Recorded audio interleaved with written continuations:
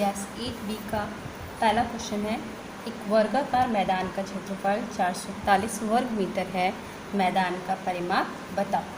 तो सबसे पहले जो चीज़ आपसे पूछी गई होती है उसका आपको फॉर्मूला पता होना चाहिए। मैदान का परिमाप, तो मैदान है किस टाइप का?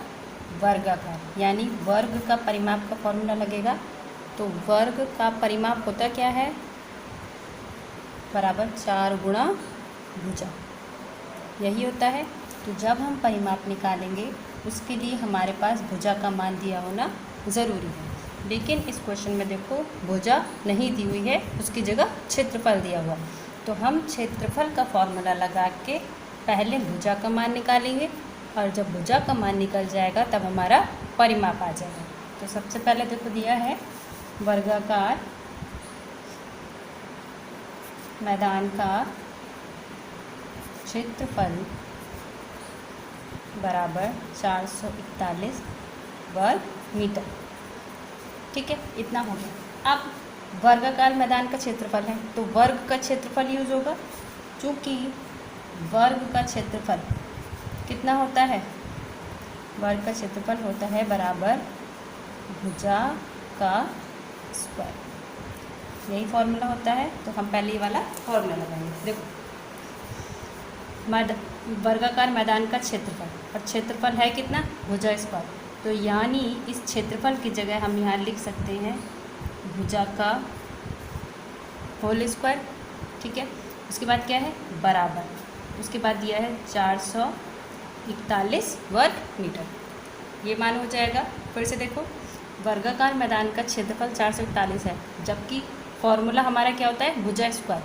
तो हम क्षेत्रफल की जगह यहाँ भुजा स्क्वायर लगा सकते हैं, और बराबर का निशान है और 441 सॉल्व करेंगे। भुजा बराबर हो जाएगा, जब भी हम स्क्वायर हटाएंगे बराबर के इधर करते हैं तो वो अंडर रूट में हो जाता है और आगे प्लस माइनस का निशान लगता है। तो जब आप निकालोगे तो भुजा आपकी कितनी आ जाएगी? Plus minus 21। ध्यान रखिए, जब भी मैदान की आयतन की बात होती है तो हमेशा जो चिन्ह है हम पॉजिटिव यानी प्लस वाला लेते हैं, नेगेटिव वाला नहीं लेते हैं। तो भुजा आपकी कितनी मानी जाएगी? प्लस की 21। हम माइनस वाला यूज़ नहीं करेंगे। इतना हो गया। अब इसके आगे देखो, यहाँ से करें, भुजा आपको मिल गई, कितनी है आपकी? प्लस माइनस 21, या आप ये भी लिख सकते हो भुजा बराबर 21।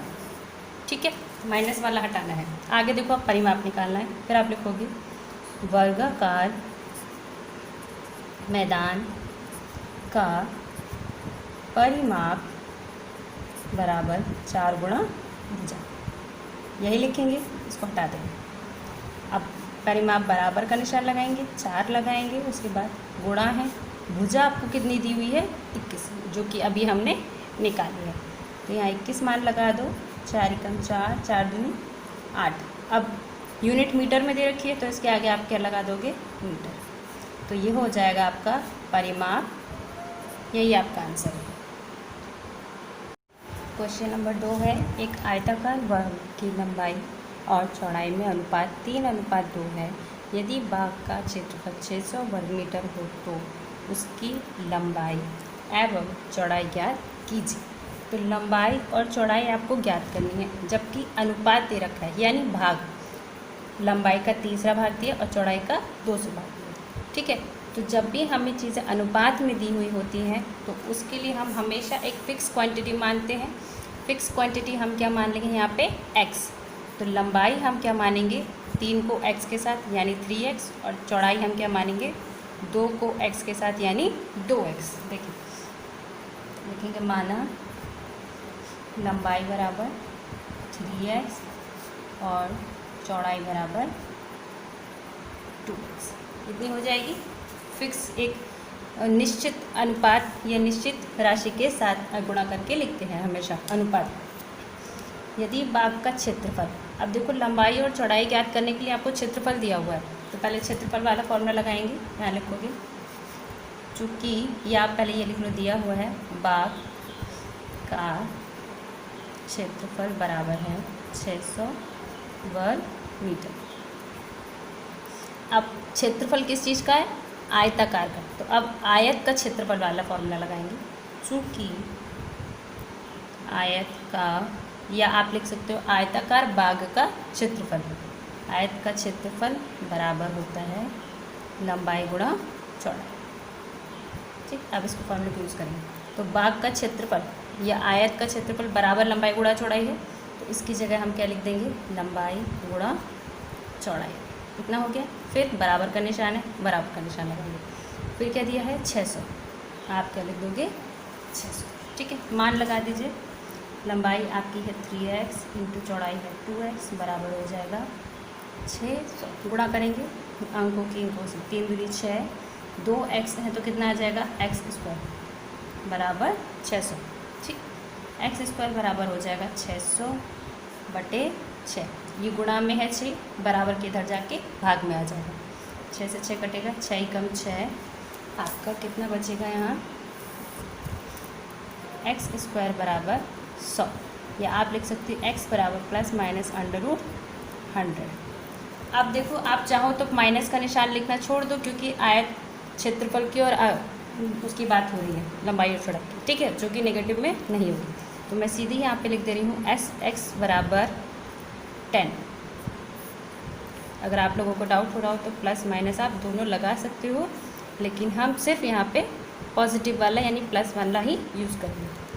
x का मान निकल आया। अब क्या है, दिया क्या था आपको, लिखोगे अतः लंबाई बराबर कितनी है 3x, तो इसमें मान लगा दो 3 इंटू, दोनों के बीच में x गुणा का निशान है, गुणा का निशान लगाएंगे। x का मान कितना है 10, तो 3 तिया कितना हो जाएगा 30। यूनिट कितनी दे रखी है मीटर, वर्ग नहीं लगाते हैं, वर्ग क्षेत्रफल दर्शाता है, तो यहाँ क्या लगाएंगे मीटर। अब चौड़ाई निकाल लीजिए ऐसे ही। चौड़ाई बराबर कितनी दी हुई है 2x, तो हो जाएगा 2 इंटू 10 यानी 20 मीटर। 30 आपकी हो जाएगी लंबाई और 20 आपकी हो जाएगी चौड़ाई। क्वेश्चन नंबर 4 देखो, एक वर्गाकार मैदान का क्षेत्रफल 225 वर्ग मीटर है, उसका परिमाप बताओ। ये बिल्कुल पहले वाले क्वेश्चन की तरह है। परिमाप निकालने के लिए फॉर्मूला क्या लगाएंगे, 4 गुणा भुजा, और 4 गुणा भुजा में आपको भुजा का मान पता होना चाहिए। तो भुजा का मान निकालने के लिए हम क्षेत्रफल वाला फॉर्मूला यूज़ करेंगे। ये लिखेंगे वर्गाकार मैदान का क्षेत्रफल बराबर 225 वर्ग मीटर। ठीक, अब देखो फॉर्मूला लगाइए। चूँकि वर्गाकार मैदान का क्षेत्रफल या वर्ग का क्षेत्रफल, दोनों में से आप कुछ भी लिख सकते हो, बराबर होता है भुजा स्क्वायर। मैदान क्षेत्रफल की जगह हम लिखेंगे भुजा का स्क्वायर बराबर 225। भुजा बराबर आपकी हो जाएगी 225, स्क्वायर हटा रहे हैं, इधर ले जाएंगे तो क्या लग जाएगा अंडर रूट का निशान। आपकी भुजा बराबर हो जाएगी प्लस माइनस 225 किसका होता है 15 का होता है। ठीक है, देखिए भुजा निकल गई। अब आप लिखोगे वर्गाकार मैदान का परिमाप बराबर 4 गुणा भुजा। तो 4 गुणा भुजा कितनी दे रखी है 15, प्लस वाली भुजा ही लेनी है हमें, 15 × 60। यूनिट कितनी दे रखी है मीटर। ये आपका हो जाएगा। देखिए क्वेश्चन नंबर 4 ये है, वो पिछला वाला क्वेश्चन नंबर 3 था, ये 4। कक्षा 8 के 144 शिक्षार्थियों को पंक्तियों में इस प्रकार खड़ा करना है कि प्रत्येक पंक्ति में उतने ही शिक्षार्थी हों जितनी की कुल पंक्तियाँ हैं। पंक्तियों की संख्या ज्ञात कीजिए।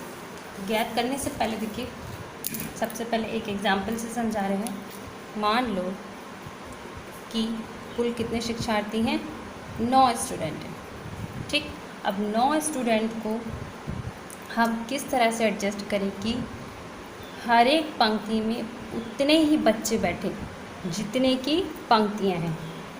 अगर मैं 3 पंक्ति बनाती हूँ तो मतलब क्या हुआ, ये फर्स्ट है और ये सेकंड है और ये थर्ड, 3 पंक्तियाँ हो गई। 9 बच्चों को बैठाना है, तो अगर 3 पंक्तियाँ बनी हैं तो इसका मतलब है कि हर एक पंक्ति में 3 ही बच्चे आने चाहिए। क्यों, क्योंकि लिखा है प्रत्येक पंक्ति में उतने ही बच्चे बैठें जितनी की कुल पंक्तियां हैं। तो कुल पंक्तियां यहाँ पे मैंने कितनी मान ली हैं, 3 पंक्तियां हैं। तो इसका मतलब कि हर एक पंक्ति में 3 ही बच्चे बैठेंगे। तो इसमें देखो, इसमें भी 3 हो जाएंगे, इसमें भी 3 हो जाएंगे। तो अगर मैं बिंदु आपकी क्या दर्शा रहे हैं, स्टूडेंट, ठीक है, ये एक स्टूडेंट को दर्शा रहा है। तो टोटल स्टूडेंट अगर आप काउंट करो तो देखो कितने हो रहे हैं, 1 2 3 1 2 3 1 2 3 3 3 6 और 3 9 स्टूडेंट। यानी हमने जो माना था वो बिल्कुल ठीक है। और यहाँ देखो दूसरे तरीके से कैसे निकाल सकते हैं, हर एक पंक्ति 3 स्टूडेंट सब में बैठ रहे हैं और 3 ही पंक्ति सब में आ रही है। ये एक तरीके का वर्गमूल दर्शा रहा है। कैसे, रिपीटेशन हो रहा है बार बार। तो अगर मैं 9 का वर्गमूल कर दूँ इस तरह से तो क्या होगा, आपको वर्गमूल में आंसर कितना आ जाएगा, 3 है। प्लस माइनस होता है, अब बच्चे माइनस में तो होंगे नहीं, तो प्लस वाला साइन ही यूज़ करें। स्क्वायर करने के बाद हमें देखो डायरेक्ट आंसर निकल गया 3, जबकि चित्र बनाने पर हमें पता चला कि 9 बच्चों को हम एक पंक्ति में 3 करके बैठा सकते हैं। ठीक इसी तरीके से ये क्वेश्चन है, इसमें कितने शिक्षार्थी हैं, 144। अब इसी तरीके से हमें 144 बच्चों को हर एक रो में बैठाना है, उतने ही संख्या में, जितनी संख्या में हमें ये लाइनें या पंक्ति बनानी है। तो आप क्या करोगे, उसका आप वर्गमूल निकाल दोगे, क्योंकि वर्गमूल से आसान हो रहा है। ऐसे करेंगे तो बहुत कैलकुलेशन हो जाएगी। देखिए लिखेंगे, इस तरह से लिखेंगे, कक्षा 8 में पंक्तियों की संख्या बराबर अंडर रूट या वर्गमूल कुल शिक्षार्थियों की संख्या। क्योंकि हमने भी यहाँ पे कुल शिक्षार्थियों की संख्या यूज़ करी थी।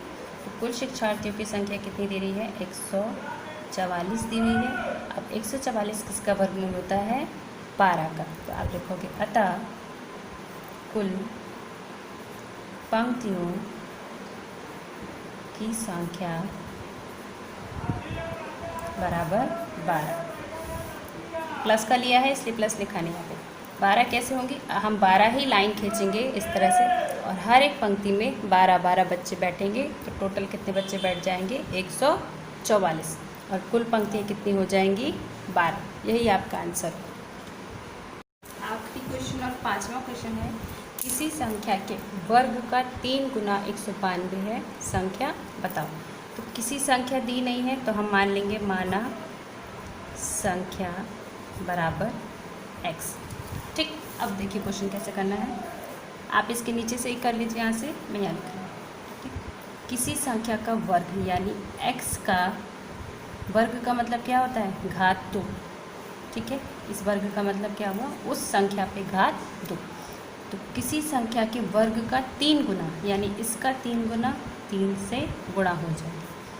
कितना है, 192, यानी 192 के बराबर हो जाएगा। अब आपको संख्या बतानी है और कंडीशन निकालनी। तो जब हम x स्क्वायर निकालेंगे तो 192/3 करेंगे। ठीक है, 3 से भाग कर दो, 3 चौक 18, 3 चौक 12, कितना आया, x स्क्वायर बराबर 64 आएगा। और जब हम स्क्वायर हटाएंगे तो वर्गमूल लगाएंगे 64। तो x बराबर प्लस माइनस 64 किसका वर्गमूल होता है, 8 का। 8 8 64 होती है। यहाँ लिख दोगे अतः संख्या बराबर प्लस माइनस 8। ये आपका क्या हो जाएगा, आंसर।